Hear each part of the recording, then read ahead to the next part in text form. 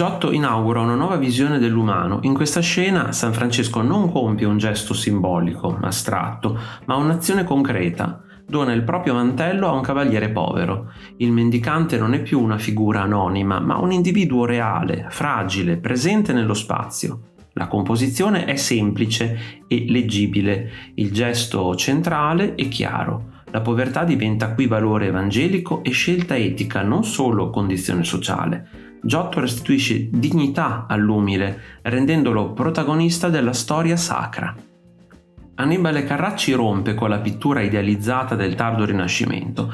Il protagonista è un uomo del popolo, colto in un gesto quotidiano e quasi sgraziato: mangiare. Non c'è eroismo né idealizzazione, ma una cruda immediatezza. Il cibo povero, l'espressione sorpresa, la postura scomposta trasformano l'umile in soggetto degno di rappresentazione autonoma. È una pittura che guarda alla realtà senza filtri morali, anticipando una nuova attenzione per il quotidiano. L'Hénin rappresenta una famiglia contadina con straordinaria sobrietà. Non c'è miseria spettacolarizzata, ma una dignità silenziosa. Le figure sono immobili, frontali, quasi monumentali. Gli umili non sono oggetto di pietà, ma incarnano una moralità severa, fondata sul lavoro e sulla coesione familiare.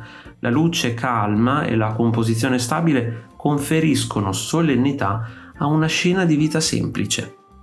Murillo unisce realismo e compassione. Il bambino è solo, sporco, intento a cercare parassiti nei propri vestiti, un gesto intimo, quasi imbarazzante, eppure la luce morbida e l'atmosfera calda evitano ogni giudizio morale. Il giovane mendicante diventa simbolo di un'umanità fragile, abbandonata ma ancora viva.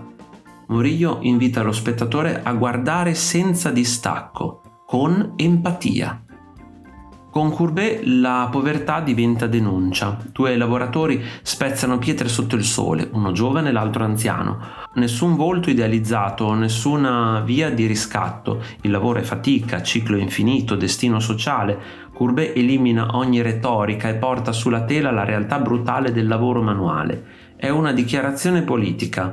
L'arte deve raccontare il vero. Daumier osserva la modernità urbana in un vagone affollato. Uomini, donne e bambini siedono compressi, stanchi, silenziosi. Nessuna interazione, solo attesa e rassegnazione.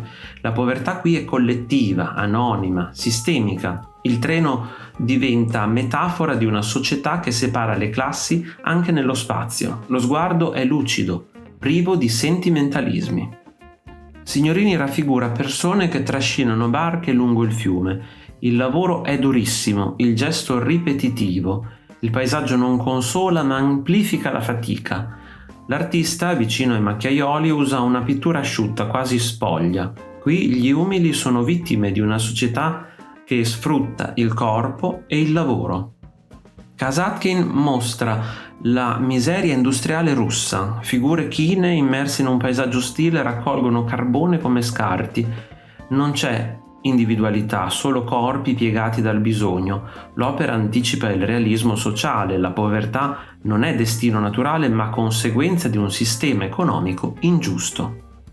Malevich rappresenta un lavoratore con forme semplificate e colori intensi. Il corpo è ridotto a volumi geometrici, la figura quasi iconica. L'umile non è più descritto nel dettaglio, ma trasformato in un simbolo universale del lavoro. È il passaggio dalla denuncia realista all'astrazione come nuova lingua dell'epoca moderna. Rivera celebra il lavoro industriale come forza collettiva. Operai, macchine e architetture si fondono in un unico organismo. Gli ultimi diventano protagonisti della storia contemporanea, non più vittime, ma costruttori del mondo moderno.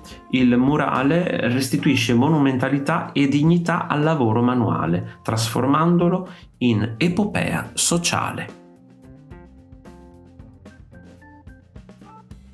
Se ti è piaciuto il video, iscriviti al canale, lascia like e condividilo con i tuoi amici. Un saluto e al prossimo video di Arte Esplorando.